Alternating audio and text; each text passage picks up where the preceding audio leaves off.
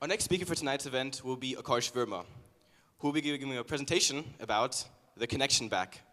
So everyone, please welcome Akarsh.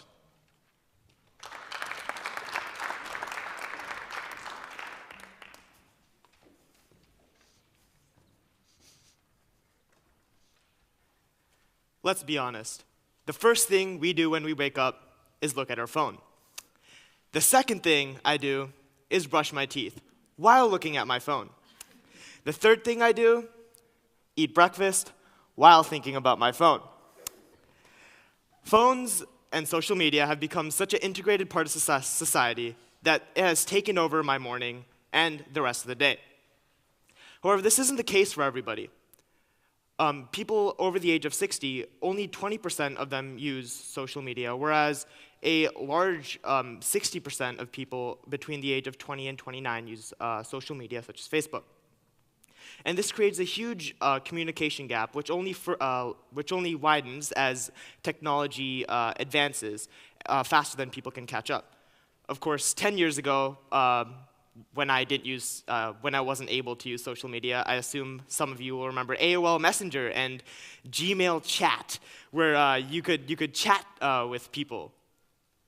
You could chat with people. That was the only function that was there. And now it's evolved into Facebook walls, where you can figure out about your family's life and that your sister gave birth. Hopefully, not the first time you're hearing that. And you can go on Twitter and read your Twitter feed and read about Justin Bieber's daily life and Kim Kardashian's new dog, or whoever you want to follow on Twitter. Of course, there's a lot more important things on Facebook and Twitter. The capabilities of organizing huge events, such as the Egyptian protest. And when you realize that the Egyptian protest was organized entirely over Facebook, this was thousands of people that revolted against the government, and the main organization platform for this was Facebook. So these social medias have evolved and have gained a lot of power in this technology booming age, and leaving out the elderly has created a huge communication gap.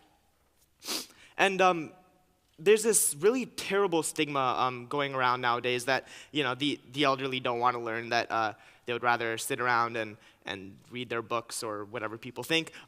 But this is not the case. So a couple years ago, when I was back in Ann Arbor, I used to work at an old age home, and I used to teach people actually how to use iPads, the elderly there. And one of the guys, Mr. Pels, he told me that people would come, they would play classical music. They would come entertain with songs and read them books, usually mostly for volunteer hours. But they would do this, but nobody would ever come and teach them about technology. And he found it interesting because it's such a fascinating thing, just you can have a small phone and you can access such wide platforms such as Facebook. And he told me that people would never think of this. Additionally, my grandmother, 4 years ago, had absolutely zero contact with technology. She's from a much more rural area of India. And I went and I decided, you know what, I'm going to teach her how to use a phone. It's really important to use phones nowadays.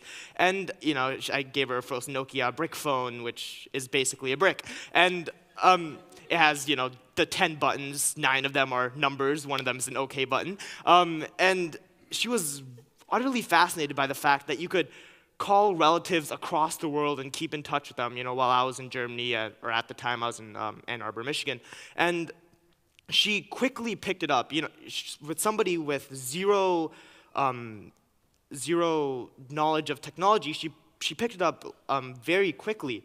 And later on, I came the next year and I taught her how to use a smartphone. And now, when I wake up, the first thing I see is her Facebook messages and her status updates. So I urge you guys to go out and teach your grandparents or your parents how to use phones and social media. It's not that hard, and it's an enjoyable experience. So please go out there and try it out. Thank you.